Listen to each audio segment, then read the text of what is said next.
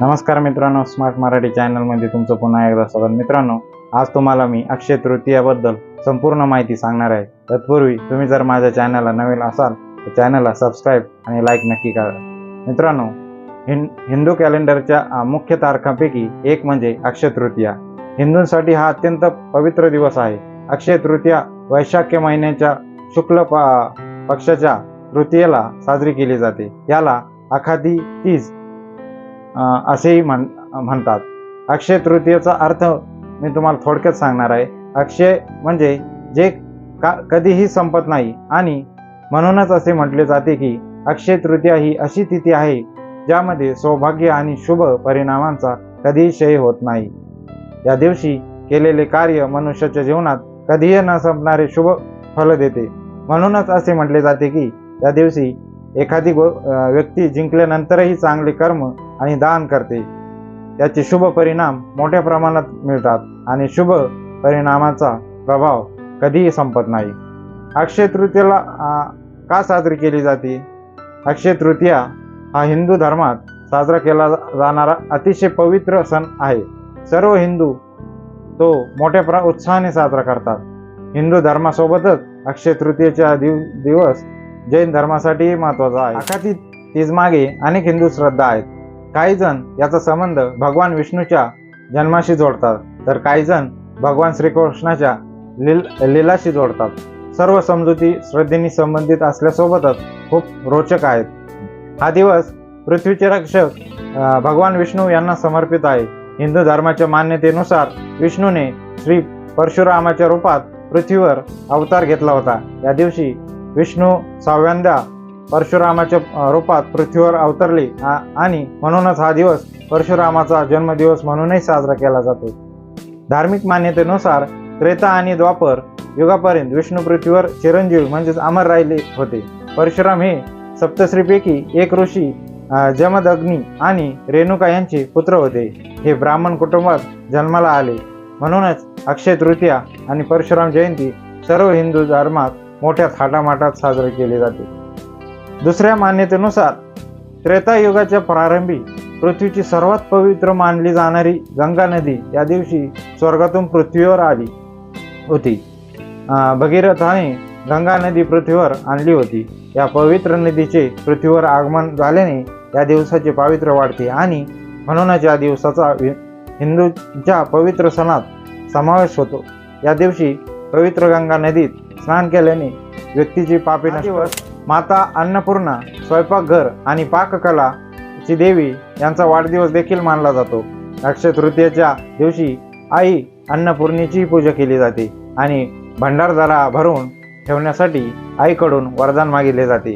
अन्नपूर्णेच्या पूजेने स्वयंपाकघर आणि जेवणाची चव वाढते। दक्षिणेकडील प्रांतात या दिवशी वेगळी ओळख आहे। त्यांच्या मते या दिवशी कुबेर म्हणजे भगवानाच्या दरबाराचा खजिनदार यांनी शिवपुरम नावाच्या ठिकाणी त्यांची पूजा करून शिवाला प्रसन्न केले होते। कुबेराच्या तपश्चर्येने प्रसन्न होऊन शिवाने कुबेराला वरदान मागायला सांगितले।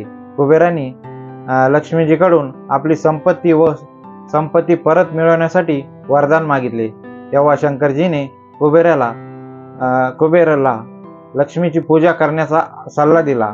म्हणूनच तेव्हापासून आजपर्यंत अक्षय तृतीयेला लक्ष्मीची पूजा केली जाते।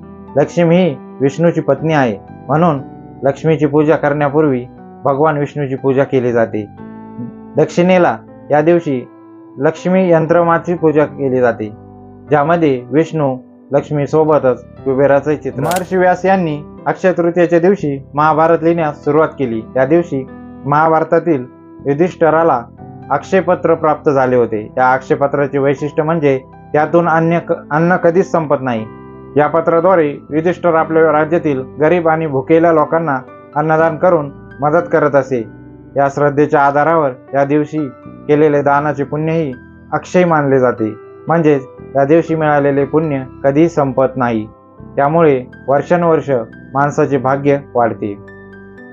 अक्षय तृतीयेची आणखी एक कथा महाभारतात प्रचलित आहे। या दिवशी दुशासनाने द्रौपदीचा अपमान केला होता। या वस्त्रहरणातून द्रौपदीला वाचवण्यासाठी श्रीकृष्णाने कधीही न संपणारी साडी दान। अक्षय तृतीये मागे हिंदूंची आणखी एक रोचक श्रद्धा आहे।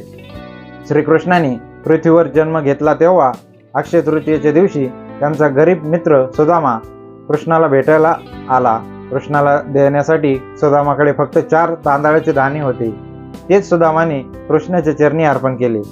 पण आपला मित्र आणि सर्वांचे हृदय जागणाऱ्या देवाने सर्व काही समजून घेऊन सुदामाचे दारिद्र्य दूर केले, त्याच्या झोपडीचे महालात रूपांतर केले आणि त्याला सर्व सुविधांनी परिपूर्ण केले. तेव्हापासून अक्षय तृतीयेला केलेल्या दानाचे महत्त्व वाढते. भारतातील ओरिसामध्ये अक्षय तृतीयेचा दिवस शेतकऱ्यांसाठी शुभ मानला जातो. या दिवसापासून येथील शेतकरी आपल्या शेतात नांगरणी करू लागतात. ओरिसातील जगन्नाथपुरी येथूनही या दिवशी रथयात्रा काढली जाते. वेगवेगळ्या प्रांतात या दिवसाचे स्वतःचे महत्त्व आहे. बंगालमध्ये सर्व व्यापाऱ्यांनी या दिवशी गणेश आणि लक्ष्मीची पूजा करून त्यांचे देखील लेखापरीक्षण पुस्तक सुरू करण्याची प्रथा आहे. त्याला येथे हलकथा. पंजाबमध्येही या दिवसाला खूप महत्त्व आहे. हा दिवस नवीन हंगामाच्या सुरुवातीला सूचक मानला जातो. या अक्षय तृतीयेला ब्रह्म मुहूर्तावर जाट कुटुंबातील पुरुष मंडळी त्यांच्या शेताकडे जातात. त्या रस्त्यावर जितके प्राणी पक्षी आढळतात तितकेच ते कापणी आणि पावसासाठी शुभ मानले जाते. या दिवशी भगवान विष्णू आणि लक्ष्मीच्या पूजेला महत्त्व आहे. या दिवशी भगवान विष्णूची पूजा केली जाते आणि विष्णूला तांदूळ अर्पण केल्याने विशेष फायदा होतो. पूजा केल्यानंतर त्यांना तुळशीच्या पानासह अन्न अर्पण केले जाते. सर्व विधी पूर्ण केल्यानंतर देवाची अगरबत्ती लावून आरती केली जाते. उन्हाळ्यामध्ये येणारे आंबे आणि चिंच देवाला अर्पण केले जातात आणि वर्षभर चांगले पीक आणि पावसासाठी आशीर्वाद मागितले जातात. अनेक ठिकाणी या दिवशी मातीची भांडी पाण्याने भरलेली जातात. कच्चा आंबा, चिंच आणि गूळ पाण्यात मिसळून देवाला अर्पण केले जाते. मित्रांनो, तुम्हाला जर माझा हा व्हिडिओ आवडला असेल तर चॅनलला सबस्क्राईब आणि लाईक नक्की करा.